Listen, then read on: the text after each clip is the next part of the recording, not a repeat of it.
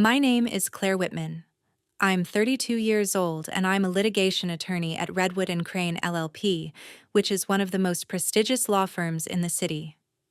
I've spent the last 9 years building a career on a very specific foundation: the belief that truth matters, that facts matter, that when you strip away all the emotional noise and the complicated narratives that people wrap around events, what remains is evidence, and evidence doesn't lie. I've built my entire professional reputation on the principle that the truth, once established, cannot be refuted. I argue cases based on documentation. I cross-examine witnesses based on contradictions. I construct arguments the way an architect constructs buildings, with a foundation of evidence so solid that the entire structure cannot be shaken. Which is why it's particularly ironic that I walked into the reading of my father's will with absolutely no evidence that it would destroy me. I had no documentation. I had no anticipation. I had no preparation whatsoever for the moment when the family attorney, a man named Gerald Foster who has represented the Whitman family for 30 years, would announce that I had been completely excluded from my father's estate. But I'm getting ahead of myself. Let me start with the scene. Let me set the stage for what is arguably the most important moment of my adult life. Maple Creek is my father's house. It's a sprawling estate located about 40 minutes outside the city, in one of those neighborhoods where people keep their money very carefully hidden behind gates and carefully maintained landscaping. The house is enormous. It was built in 1978 by someone with significantly more wealth and significantly better taste than my parents. And my parents have spent the subsequent 45 years trying to make it into something that reflects their particular vision of success. The primary expression of this vision is the West Wing. The West Wing is a massive addition that my parents built about 15 years ago. It features hand-carved mahogany paneling, imported Italian marble countertops, a wine cellar that cost more than a small house, and a collection of artwork that my mother refers to constantly, as if the presence of famous paintings is somehow evidence of a full and meaningful life. The West Wing is, in my father's mind and in my mother's mind, a monument to their success. It is the physical manifestation of everything they have achieved. It is the proof that they are people of taste, people of substance, people who matter. What I didn't know at the time of the will reading was that the West Wing was also the reason my father had been slowly going bankrupt for the past decade. But again, I'm getting ahead of myself. The will reading takes place in the formal dining room at Maple Creek. The dining room is done in what I can only describe as aggressively tasteful. There's a long mahogany table. There are place settings that cost more than most people's monthly rent. There's a chandelier that was supposedly imported from a French chateau, though I've never actually verified that. The lighting is warm and deliberately orchestrated to make everyone look healthy and successful and financially stable, which is perhaps the greatest irony of all, given what's about to be revealed. My mother, Susan Whitman, is sitting at the head of the table. She's 56 years old, though she looks anywhere from 50 to 70, depending on the angle and the lighting. She's had extensive cosmetic work done, which she refers to as maintaining her appearance, rather than surgical intervention, as if the terminology somehow changes the reality of what has happened to her face. She's wearing a dress that cost more than my monthly mortgage payment, and she's arranged her expression into something that communicates she's deeply concerned about the proceedings, but also deeply confident in the outcome. My father, Richard Whitman, is sitting next to her. He's 60 years old. He has the face of someone who has spent significant portions of his adult life under tremendous stress while maintaining a veneer of complete composure. His suit is perfectly tailored, his hair is perfectly colored, his teeth are perfectly whitened. He looks like someone who is winning at life, which is an important distinction to make, because looking like you're winning and actually winning are two completely different things. My brother Eric Whitman is sitting across from me. He's 35 years old. He works in some kind of financial consulting capacity, though I've never been entirely clear on what that actually means. What I do know is that he's been financially dependent on our father for his entire adult life. He's never had a genuine job, despite multiple attempts and multiple failures. He's been supported by paternal funds in a way that suggests my father either genuinely loved him or was deeply invested in maintaining a version of our family that looked successful, even if it wasn't actually built on anything solid. My younger sister, Paige, is sitting next to Eric. She's 26 years old. She's essentially a younger version of my mother, with all the same aspirational values and all the same anxiety about whether she's actually achieving the status that's supposed to matter. She works at a luxury retailer and lives in an apartment that my father pays for.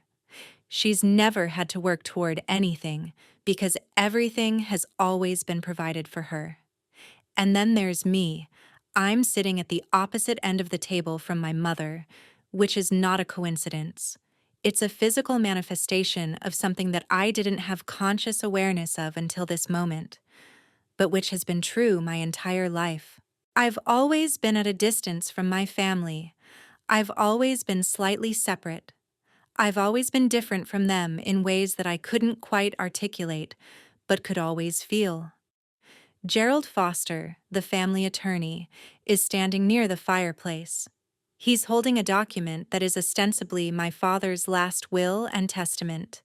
He's cleared his throat in the way that attorneys do before they're about to deliver bad news, which is to say, he's creating a moment of theatrical pause so that everyone understands that what's about to happen is significant. Thank you all for being here, Gerald begins. He's using his professional attorney voice, which is neutral and carrying and designed to make everything sound equally important, regardless of the actual content. I'm going to read the pertinent sections of Richard's will, and then we can discuss any questions. He starts reading. The first portions are all boilerplate language. Appointments of executors, designations of guardians for minor children, though at this point, none of us are minors. Various legal formalities that establish that this is a legitimate will and not something that was coerced or written under the influence of substances or diminished capacity. And then Gerald gets to the substantive portions.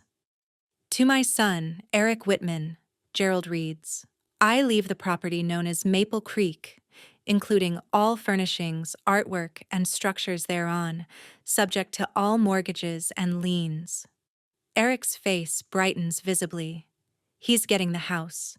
He's getting the symbol of everything our parents have built and spent and sacrificed for. To my daughter, Paige Whitman, Gerald continues, I leave a trust of $850,000 to be managed by the executor, with distributions made at the executor's discretion for educational, medical, or emergency purposes. Paige looks surprised, then pleased. She's getting a significant amount of money. More money than she could make in a decade of working at the luxury retail store. And then there's a pause. And I know what that pause means. I know that the pause is the space before something difficult is about to be said. I've read enough wills. I've handled enough estate disputes. I know the rhythm of this conversation. To my daughter, Claire Whitman, Gerald finally reads, and I can already feel the words before he says them. I leave the sum of $1 to be held in a separate account in perpetuity as a token of my wishes as reflected herein. The room goes completely silent. No one speaks. No one moves. It's the kind of silence that has weight and texture and presence. $1. My father's estate, which I can see from the documents in Gerald's hand, is substantial and complex and extensive, and my portion is literally a single dollar. A token. A symbolic gesture that somehow manages to be both generous and devastating in equal measure. My mother is staring at her hands. My father is staring at the ceiling. Eric is staring at me with an expression that I can't quite read. And Paige is looking between all of us, trying to figure out if this is normal or if this is a catastrophe. I'm sitting very still. I'm taking very slow, deliberate breaths. I'm using every technique I've learned over 9 years of litigation to remain completely composed. Because the thing that no one in this room understands yet is that I'm not shocked by the monetary exclusion. I'm shocked by something else entirely. I'm shocked by what the exclusion means. And what it means is that my father has been hiding something. What it means is that this estate that looks substantial and complex is actually a facade built on something unstable. What it means is that giving everything to Eric and Paige while giving me nothing is not about punishment. It's about protection. Gerald finishes reading the will. He looks at me with an expression of profound discomfort. He knows what this looks like. He knows that excluding your eldest daughter, especially your eldest daughter who is a successful attorney, looks like rejection. He knows that it looks cruel and arbitrary and punitive. But it's not any of those things. It's financial. My father leans over to my mother and he whispers something. I can't hear the actual words, but I can read the movement of his lips. He says, "If we divide it 3 ways, they'll know we're destroyed." And just like that, I understand everything. I understand why Eric is being given the house. I understand why Paige is being given the trust. I understand why I'm being given $1. My father is protecting them from the knowledge that the Whitman family fortune is not actually a fortune at all. It's a carefully constructed illusion built on increasingly precarious foundations.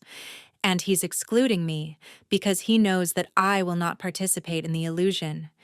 He knows that I will dig until I understand the reality.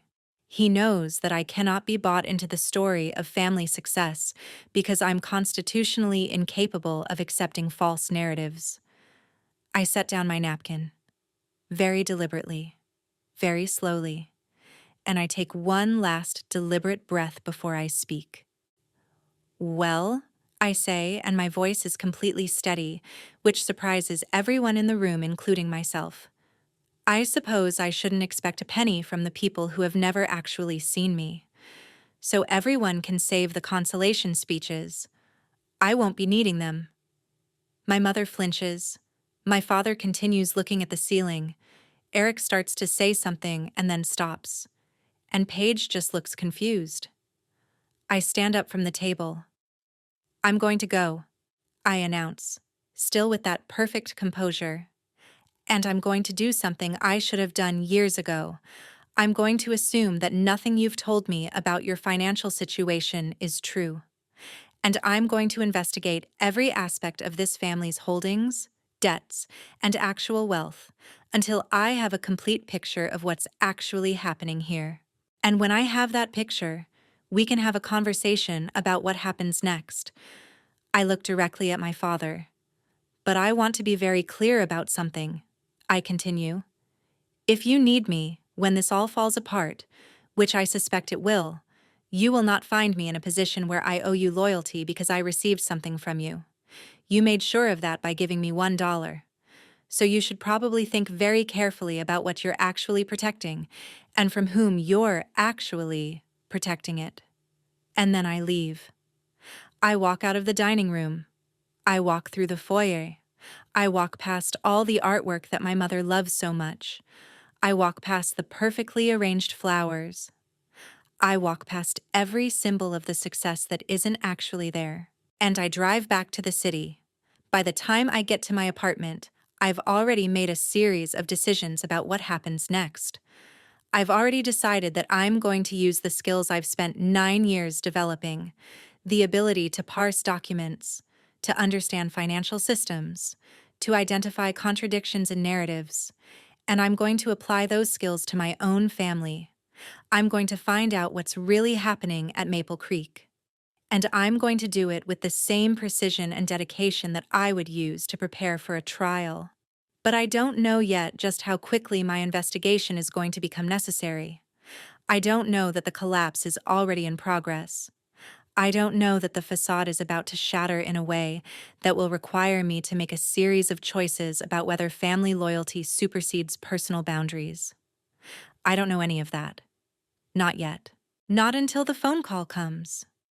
6 weeks after the will reading, I'm in my office at Redwood and Crane when I get a call from Mark Dalton. Mark is a physician. He works in the ICU at St. Augustine Medical Center. He's also, and more relevantly to this story, someone who I went to medical school with for exactly 1 semester before I realized that medicine wasn't my actual path, and I transferred into law school instead. We maintained a friendship over the years, which is how Mark came to have my cell phone number. We grab coffee occasionally. We text about current events and professional complaints. We're the kind of friends who don't see each other regularly, but who would absolutely show up if something catastrophic happened. And something catastrophic has happened. You, Claire, Mark says, and his voice is very careful and measured in the way that physicians use when they're about to deliver bad news to people who are not trained in receiving bad news. I'm calling because your father was admitted to St. Augustine this morning with a massive stroke. He's currently in the ICU, and his condition is serious but stable. Your mother is here, but the hospital is asking about next of kin and medical decision-making authorities. And there's some question about who has the legal power to make decisions regarding his care. I process this information. My father is in the ICU. My father has had a stroke. My father is, in medical terms, incapacitated. My father cannot make decisions about his own medical care. What's the prognosis? I ask Mark, because this is what you ask when someone you know is in the ICU. You ask about prognosis because prognosis is how you start to understand whether the person is going to recover or whether this is the beginning of the end. Possible recovery with rehabilitation, Mark says carefully. But there's significant uncertainty at this point. We're going to know more over the next few days. The main thing right now is making sure he gets appropriate care and that someone is authorized to make medical decisions. I'll be right there, I tell him, and I hang up the phone. I'm already standing up and gathering my belongings before I've fully processed what I'm supposed to feel about this information. My father has had a stroke. My father is in the ICU. My father is potentially dying. And the first thing I need to do is make sure that appropriate medical decisions can be made, which means I need to figure out the question of legal authority. I drive to St. Augustine Medical Center in a state of emotional numbness that I will later understand is a form of shock. I've spent my entire professional career maintaining emotional distance from situations that might otherwise overwhelm me. I've learned to compartmentalize. I've learned to treat crisis as a problem to be solved, rather than an emotion to be felt. And so when I walk into the ICU, and I see my father lying in a hospital bed with a breathing tube down his throat, and various IV lines running into his arms and monitors beeping all around him, I don't cry. I don't panic. I just assess the situation and start thinking about what needs to happen next. Mark finds me in the hallway outside my father's room. Your mother is very upset, he tells me. She's been asking if someone can manage the medical decisions, and the hospital is asking if there's a healthcare power of attorney on file. There probably is, I say. But I need to check. My father has excellent attorneys. He would have done the paperwork properly. And if he didn't? Mark asks. Then we'll handle it, I say, with a certainty that I'm not entirely sure I actually feel. I'm an attorney. We can get a court order to establish legal authority if we need to. I find my mother in a waiting area. She's sitting in one of those uncomfortable plastic chairs that are designed to prevent you from actually getting comfortable. And she's staring at nothing. She looks smaller than I remember her looking. She looks afraid in a way that I've never actually seen before. Claire, she says when she sees me, and her voice is shaking. Your father, the hospital. They're asking about who can make decisions. I don't know what to do. I don't know how to handle this. It's going to be fine, I tell her, which is what you say in hospitals when things might not actually be fine. We're going to figure out the medical power of attorney, and we're going to make sure Dad gets appropriate care. I spend the next several hours in hospital administrative areas talking to hospital financial counselors and hospital attorneys about medical decision-making authority and insurance coverage and all of the bureaucratic requirements that come with having a family member in intensive care. It's during one of these conversations that I learn something that changes the trajectory of everything that's about to happen. The hospital financial counselor, a woman named Patricia, who has the exhausted but professional demeanor of someone who has had this conversation 1,000 times, tells me that my father has not, in fact, adequately funded his hospital care through insurance or savings. She tells me that the hospital is going to need some kind of assurance that the bills will be paid, or they're going to need to begin collection proceedings. What kind of assurance? I ask her. Typically, we need a responsible family member to sign a financial guarantee, Patricia explains. Someone who has the legal authority to commit family resources to the medical care. That's usually a spouse or an adult child. And if that family member doesn't want to sign such a guarantee? I ask, and I'm already thinking about what this means. I'm already thinking about the fact that my father excluded me from his will. I'm already thinking about the fact that this family has been hiding something, and now I'm being asked to commit my own resources to cover the cost of care for a man who has made it very clear that he does not consider me part of his financial legacy.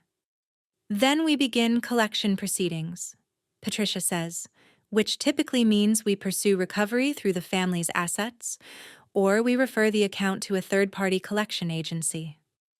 And just like that, I understand the situation. My father is in the ICU, which is expensive. My father's insurance is apparently insufficient. My family needs someone to guarantee payment. And that someone is me, because I'm the one who's here, and I'm the one who has resources, and I'm the one who has the legal knowledge to understand what's actually being asked. I tell Patricia that I need to think about this. I need to consider my options. I need to understand what it means if I agree to be responsible for my father's medical care.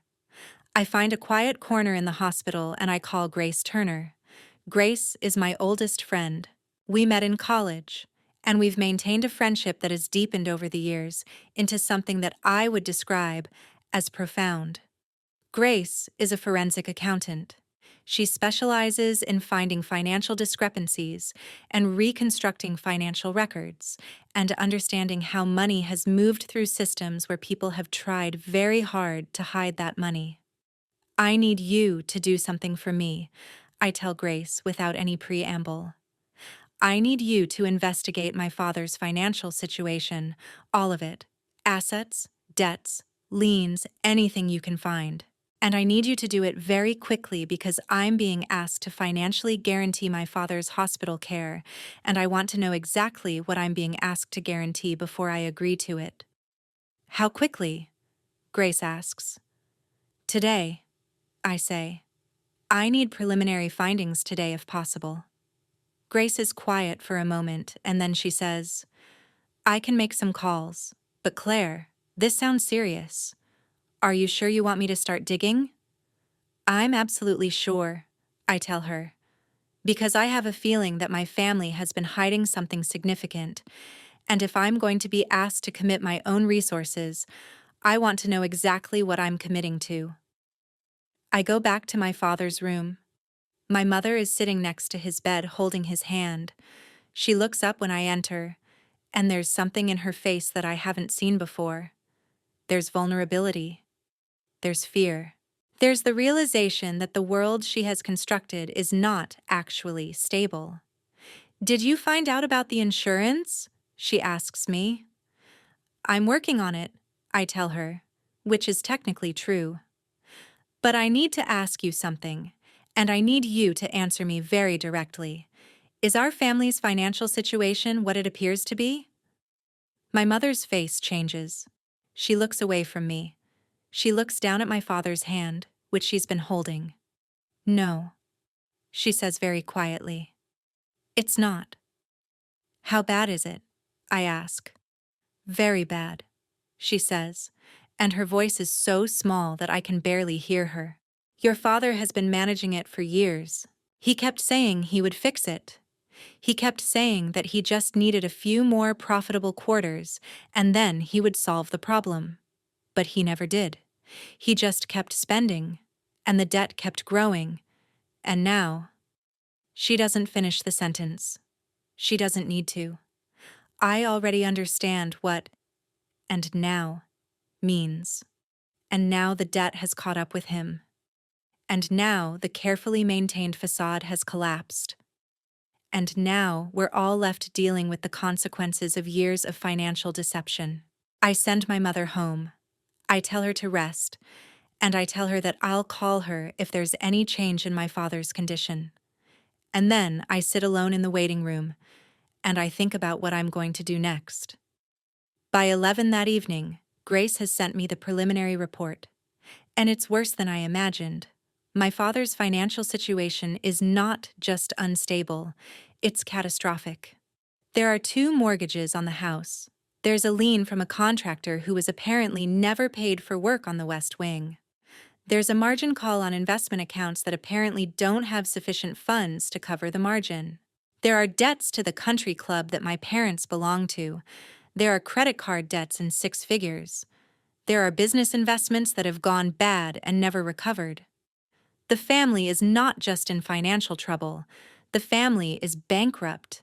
They're just bankruptcy that's being hidden behind real estate and artwork and country club memberships and carefully maintained appearances. I read through Grace's report twice, and then I sent an email to the hospital financial counselor. I will not be signing a financial guarantee, I write, until the family provides complete transparency regarding all assets, debts, liabilities, and financial obligations. I will not commit my own resources to cover medical care for someone who has refused to acknowledge the financial crisis that this family is in. If you need a guarantee, you will need to pursue recovery through the family's own assets. I'm copying our family's attorney on this email.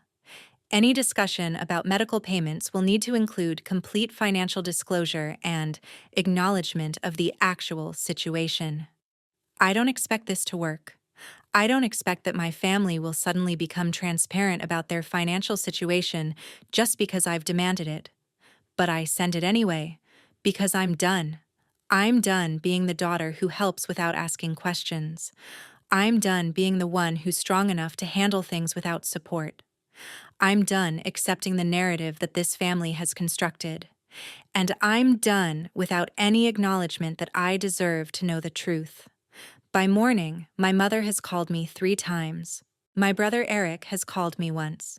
And my father's attorney has called me and asked if I'm willing to have a conversation about the family's actual financial situation. I am, I tell him. But that conversation needs to include complete disclosure. Everything. Assets, debts, liabilities, all of it. And it needs to include my family acknowledging that they've been hiding this situation for years. That's a difficult ask, the attorney tells me. Yes, I say. It is. But I'm done making things easy for people who have spent decades making things hard for me. The family meeting happens 3 days later. By this point, my father has been moved out of the ICU into a regular hospital room. He's still recovering from the stroke, but he's aware, he's conscious, and he's had time to think about what's actually happening to his life. The meeting takes place in a private consultation room at the hospital. It's the kind of room that's designed for difficult conversations. Gray walls, uncomfortable chairs, minimal decoration. Grace is there with me, my family attorney, a different attorney than my father's, because I need independent representation, is there with me. My mother is there. My brother Eric is there. My sister Paige is there. And Gerald Foster, the family attorney, is there, representing my father's interests. Grace sets up her laptop and projects her findings onto a screen. And one by one, she walks through the financial reality of the Whitman family. 2 mortgages on Maple Creek. $1.2 million collectively. Lien from contractor for West Wing work never paid in full. $180,000. Margin call on investment accounts. $420,000. Debts to country club, restaurants, various retailers. $18,400. Credit card debts. $230,000 across multiple cards. Bad investments in various business ventures. $140,000. The total debt is approximately $18 million. The family assets are approximately $1.8 million, which means the family is technically insolvent. They owe more money than they actually own. The room is completely silent as Grace walks through these numbers. No one interrupts her. No one questions her findings, because the numbers are documented. The numbers are based on public records and credit reports and financial statements. The numbers are irrefutable. When Grace finishes, I take a breath, very deliberately, and then I speak. Here's what's going to happen, I say, and my voice is clear and steady and leaves no room for negotiation. I am going to help this family. I'm going to help you resolve this financial crisis. I'm going to use my legal expertise and my professional relationships to help you stabilize your financial situation. But I'm going to do it on my terms, and my terms are non-negotiable. I look at each person in the room. First, I continue, the West Wing is being sold. It's the most significant asset that's being used to maintain this facade of success. And it's a facade that's financially destructive. The proceeds from the sale will go directly to paying off the contractor lien and eliminating the country club debt. Any remaining proceeds will go toward reducing the mortgage debt. But the West Wing is... My mother starts to protest. The West Wing is a symbol of a financial system that doesn't work, I interrupt. And it's going to be sold. That's not negotiable. I look at Eric. Second, I say to him, you're going to be responsible for contributing to the family fund to help manage the remaining debt. I'm estimating $4,000 per month in contributions. Grace will be managing all family finances going forward. No discretionary spending without approval. No exceptions. I don't have $4,000 a month, Eric protests. I've never had to support myself. Well, now you do, I tell him. Because the family you've been dependent on is bankrupt. And the alternative is that we declare bankruptcy and lose everything. So you're either going to figure out how to earn $4,000 a month, or you're going to explain to creditors why you had money for a country club membership, but not for family debt repayment. I look at Paige. You're going to contribute well on $200 per month, I tell her. That's approximately 30% of what I'm estimating your monthly income is. Again, managed through Grace. Again, no exceptions. But I've never... Paige starts. I know, I say. You've never had to be responsible for anything. That's changing. Starting now. And then I look at Gerald Foster. Third, I say, we're going to restructure the remaining mortgage debt. I'm estimating a 15-year payoff schedule. The house will remain in the family, but it will be legally secured against the debt repayment plan. If the family fails to make contributions, or if debt is not repaid according to schedule, the house will be sold to cover the debt. You're asking a lot of us, Gerald says carefully. I'm asking for basic financial responsibility, I respond. I'm asking for this family to stop pretending that everything is fine when everything is demonstrably not fine. I'm asking for them to actually work toward solving the problem instead of just continuing to hide it. I lean forward and I make sure that everyone in the room is looking at me. And fourth, I say, I need legal authority to make decisions regarding your financial care and your health care. I need power of attorney documents, medical and financial. I need the ability to make decisions about your treatment and your finances if you are not able to make those decisions yourself. This is not about control. This is about making sure that someone with actual legal authority can act on your behalf if something else goes wrong. That's a lot of power to give to one person, my mother says quietly. Yes, I agree. It is. And that's why you're going to give it to me. Because I'm the only person in this room who has the legal expertise to handle it. I'm the only person who isn't financially dependent on the family's assets. And I'm the only person who can be trusted to use that power in ways that are actually in the family's best interest, rather than in my own interest. I stand up from the table. I'm going to give you 24 hours to decide whether you accept these conditions. I tell them. If you accept, I will immediately begin working on the sale of the West Wing and the restructuring of the mortgage debt. I will use my professional relationships to negotiate with creditors. I will help you stabilize your situation, but if you don't accept these conditions, then I'm done. And you're on your own. You can find another attorney.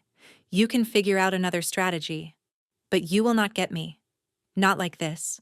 Not on your terms. I pack up my documents and I leave the room. Later that evening, my mother calls me. We accept your conditions, she says very quietly. All of them. Just, please help us. I spend the next 6 weeks essentially reconstructing my family's financial situation. I work with real estate agents to prepare the West Wing for sale. I negotiate with lenders to restructure mortgage debt. I work with creditors to establish payment plans. I use every legal and financial tool I have available to stabilize the situation. And during that entire time, I also go to the hospital nearly every day. I sit with my father in his room. I help him with his physical therapy. I work with the nursing staff to make sure he's getting appropriate care. But I never pretend that what I'm doing is about forgiveness or reconciliation. I'm doing it because my father is family, and family requires some level of commitment. But commitment doesn't mean surrendering my own boundaries. Commitment doesn't mean accepting deception. Commitment means doing what needs to be done while also maintaining absolute clarity about what actually happened and why I'm having to step in. During one of these hospital visits, my father is sitting up in bed and he's recovering enough that he can actually have a meaningful conversation. Why are you helping me? He asks me. After what we did, after we excluded you from the will, why are you doing this? I'm not helping you. I tell him very clearly. I'm helping this family. There's a difference. I'm helping because there's a family, and I have the resources and the expertise to prevent that family from being completely destroyed. But I'm not doing it because I've forgiven you. I'm not doing it because I suddenly accept the narrative of my own exclusion. I'm doing it because staying silent would make me complicit in the system that created this problem in the first place. That's not what I would have done in your situation, my father says. I know, I tell him. You would have walked away. You would have protected yourself. You would have decided that if the family didn't value you, you didn't owe them anything. And maybe that would have been the healthy choice. But I'm not you. I'm my own person. And my own person has decided that I can help without surrendering my boundaries. And that's what I'm doing. My father looks at me, and there's something in his expression that I haven't seen before. It's not exactly remorse, but it's something. It's recognition. It's the understanding that his daughter is not who he thought she was, and that the strength he interpreted as hardness is actually just clarity. 6 weeks after the initial financial meeting, the West Wing has been sold. The sale brought in $1.4 million, which was more than we anticipated. The contractor lien has been completely paid. The country club debt has been eliminated. The margin call has been addressed. And the family is beginning to stabilize. But the process of stabilization has required a level of confrontation that's been uncomfortable for everyone. Eric has had to get an actual job for the first time in his adult life. He's working in real estate, which is perfect for him because he's been trained his entire life to present a certain image. And real estate is all about image and presentation. He's resisting the $4,000 per month contributions, but he's making them because the alternative is that the family's debt doesn't get repaid and his inheritance, the house that he was so excited to receive, gets sold to cover family obligations. Paige has gone through something different. Paige has had to realize that she's not actually incompetent or incapable of supporting herself. She's had to realize that everything she thought was her fault, not being able to maintain relationships, not being able to find a job that satisfied her, all of that was actually just a lack of opportunity to be responsible. She's started looking for better job opportunities. She's started thinking about going back to school. She's become, in my estimation, an actual adult. And my mother has had to face something that's been even more difficult than financial reckoning. My mother has had to face the fact that she spent decades maintaining a facade of success that was actually built on a foundation of deception and debt. She's had to understand that the symbols of success that she cared so much about, the West Wing, the artwork, the country club membership, those symbols cost her something much more valuable than money. They cost her a relationship with her daughter based on honesty. I'm working late in my office one evening when Eric comes in. I'm not sure how he got past security, but apparently there are some advantages to being family. Security is willing to let him through. "We need to talk," Eric tells me, and he's not using his real estate voice. He's using a voice that suggests he's actually having real thoughts about something important. "Okay," I say, setting down my work. "What's going on?" "I've been thinking about the house," Eric says. "About the fact that I was supposed to inherit it. About what that meant, and what I lost when you made me sell the West Wing and restructure the debt." "I know this has been difficult," I tell him. "That's not what I'm saying," Eric interrupts. "I'm saying that I've been thinking about who I am, and I realized that I was the person who got to be at the center of everything because I was the son. Because I was the one that Dad imagined as his successor.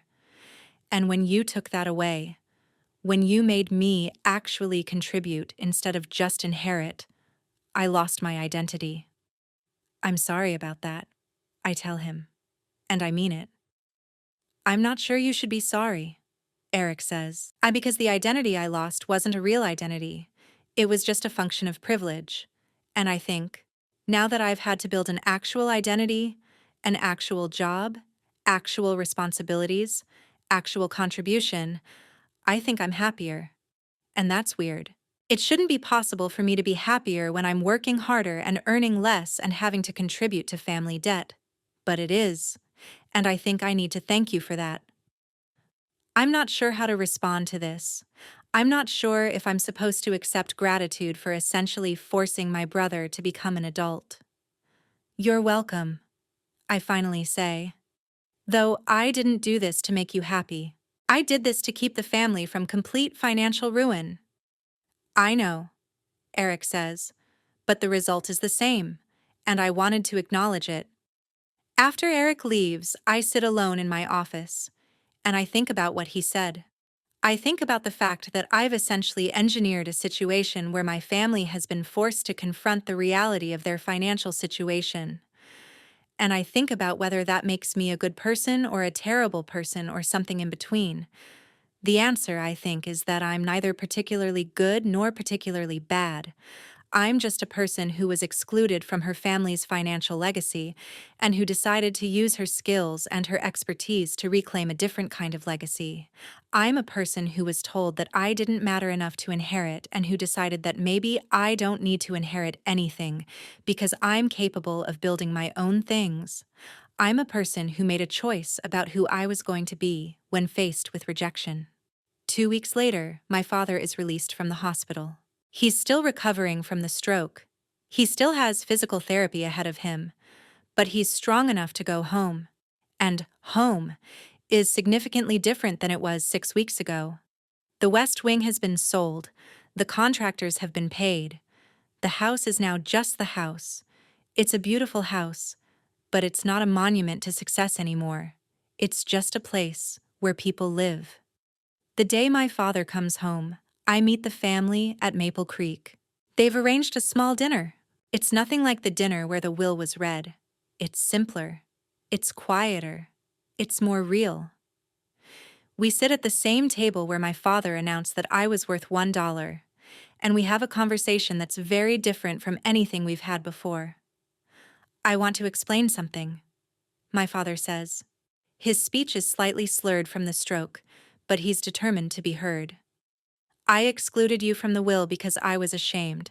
I was ashamed of the financial situation, and I thought that if I just kept you excluded, if I just made sure you weren't expecting anything, then you wouldn't have to know about my failures. I know, I tell him, and I've tried to be understanding about that. But the problem is that my exclusion didn't protect me from anything. It just meant that I found out about the financial crisis the hard way, through your stroke, through hospital financial counselors, through having to investigate my own family's secrets. I know, my father says, and I'm sorry for that. But I also need you to know that the reason I could exclude you from the will, the reason I thought I could give everything to Eric and Paige, is because I knew you would be fine. I knew you were strong enough to survive without my money. I knew you had built something real for yourself. And I thought that was strength on my part. That I was protecting you by not making you dependent on me. But what I actually did was abandon you in a different way. And I'm sorry for that. My mother reaches for my hand across the table. I'm sorry too, she says. I'm sorry that I spent so much time worrying about what things look like that I forgot to worry about whether things were actually okay. I'm sorry that I taught you to hide instead of to ask for help. I'm not done being angry with you, I tell them. I think you should know that. I'm not done processing the fact that I was excluded from my own family's financial life. I'm not done being frustrated that I had to become the problem solver instead of being allowed to just be a person. But I'm also aware that I've learned some things through this process. I've learned that I'm capable of things I didn't know I was capable of. I've learned that helping doesn't have to mean sacrificing your own boundaries. And I've learned that transparency is more valuable than any inheritance could ever be. I look at each of them. So here's what's going to happen going forward, I tell them. My role is changing. I'm no longer going to be the family financial manager. Grace is going to gradually transition out of that role, but we're going to establish a family meeting schedule, once a month. And during that meeting, we're going to discuss the family's financial situation, all of it. Assets, income, debts, plans for the future, everything. And everyone in this family is going to participate. That's the condition of my continued involvement. I can accept that, my father says. And there's another thing, I tell them. I need a new will. For each of you. And these wills need to reflect the actual family situation, not the imagined situation, not the fantasy of who we are, the actual situation. 8 weeks after my father comes home from the hospital, the family reconvenes to sign new legal documents. The wills have been rewritten. The power of attorney documents have been updated. And most importantly, my father has established something new, a conditional family trust. The conditional family trust is, in essence, a mechanism for ensuring that the inheritance Eric and Paige receive is not just handed to them unconditionally. The trust specifies that distributions will only be made if certain conditions are met. Specifically, Eric will receive his inheritance in monthly distributions, but only if he continues to make his agreed-upon contribution to the family fund. If he stops contributing, distributions stop. If his employment status changes and he can no longer afford contributions, we renegotiate. But the core principle is that inheritance is tied to participation in the family's financial responsibility. Paige receives a similar arrangement, though her contribution amount is lower and her inheritance is structured with more flexibility because she's still figuring out her financial future.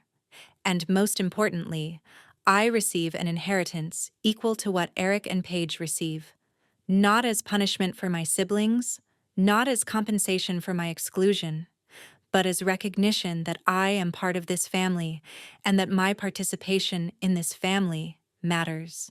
My father signs the documents first. His signature is slightly shaky from the stroke, but it's present. It's real. My mother signs. She's crying, but silently. She's accepted that the family she wanted to present to the world was never real, and that the family we actually are is more valuable than the fantasy ever could have been. Eric signs. He's no longer fighting the arrangement. He's no longer in denial about what his financial contribution means. He's signed on to the idea that inheritance is something you earn through participation, not something you simply receive. Paige signs. She looks nervous, but she's determined. She's beginning to understand that this new financial arrangement is actually an opportunity rather than a punishment. And then it's my turn. I sign my name as a witness to this new family arrangement. I sign my name to a document that acknowledges that the original will was based on deception, and that this new arrangement is based on transparency and conditional accountability. As I'm signing, I think about that 8-year-old girl who wanted to buy a doll, and my mother told her that she was too smart to spend money on frivolous things. I think about how that message, repeated over and over, shaped me into someone who always had to be productive, always had to justify her existence through contribution, always had to earn her place in the family through overachievement. And I realize that what I've done through this entire process is not actually change my family's fundamental dynamics. What I've done is just make those dynamics explicit and contractual. I've made it so that everyone understands the rules, and everyone signs up for those rules consciously rather than just absorbing them through osmosis and family culture. Later that evening, I'm sitting alone in the kitchen at Maple Creek. My father comes to find me there. He moves slowly because of the lingering effects of the stroke, but he moves with more independence than he had a few weeks ago. "Thank you," he says, and he sits down across from me. "For what?" I ask him, though I think I already know. "For not letting us stay in the fantasy," he says. "For forcing us to deal with the reality. I know that's not what gratitude usually means. Usually gratitude is for doing something that made things easier or more pleasant. But forcing us to face the truth about ourselves, forcing us to actually participate in our own financial recovery, forcing us to see that our daughter is not just strong, but actually necessary. That's a kind of gift that I don't think I recognized as such until now." "I'm still angry," I tell him. "I'm still processing what happened. I'm still trying to understand how you could exclude me from your will and tell yourself that you were protecting me." "I know," my father says, "and I don't expect that to change immediately. Maybe it never completely changes. But I want you to know that I see you now. I see who you actually are, and I'm proud of you. Not because you've accomplished things or because you've made money or because you've succeeded in your career, but because you didn't let us diminish you. You didn't let us make you small. You demanded to be seen, and you did the hard work of making that happen." My father leaves me alone in the kitchen, and I sit there for a long time, thinking about what has happened and what it means. The truth is that this story doesn't end with perfect reconciliation. My family is not transformed into something completely different overnight. We still have patterns of communication that don't work. We still have ways of relating to each other that are shaped by years of conditioning and limitation and conditional love. But what has changed is that we're not pretending anymore. We're not maintaining a facade of success that's built on deception and debt. We're not telling stories about ourselves that aren't actually true. And maybe that's the most important thing that can happen to a family. Not that everything becomes perfect, but that everything becomes real. I've learned through this process that helping doesn't require sacrificing yourself. I've learned that boundaries aren't the same as rejection. I've learned that you can love people and also demand that they be honest with you. I've learned that the legacy your parents leave you is not just financial. It's also the patterns of how you relate to money, how you relate to truth, how you relate to yourself. And I've learned that sometimes the most important thing you can do for your family is not to accept their dysfunction, but to systematically dismantle it and build something better. The calendar on the kitchen wall at Maple Creek shows that it's the beginning of a new financial year. The family's monthly contributions are scheduled to begin. The financial management system that Grace established is up and running. The regular family financial meetings are on the schedule. The inheritance that was denied has been replaced with something different. Not just money, but clarity. Not just resources, but truth. Not just inheritance, but participation in something real. I leave Maple Creek that night and I drive back to the city. I drive back to my apartment and my office, and the life that I've built for myself based on the principle that truth matters. And I understand that I've been right about that all along. Truth does matter, but truth without compassion is just cruelty, and compassion without truth is just enablement. What I've learned is how to balance those two things, how to be clear about what happened and what's not acceptable, while also remaining willing to show up and help and participate in the process of making things better. It's not a perfect balance. Some days I'm too harsh, some days I'm too forgiving, but most days I'm somewhere in the middle, standing in the truth of what is while also holding space for what could be. That, I've learned, is the real legacy, not the money, not the house, not the symbols of success that crumble under scrutiny, but the capacity to see clearly and to act with integrity, even when it would be easier to pretend or to walk away. My family has learned that too. Maybe not perfectly, maybe not all of them all the time, but the learning has begun, and that's enough.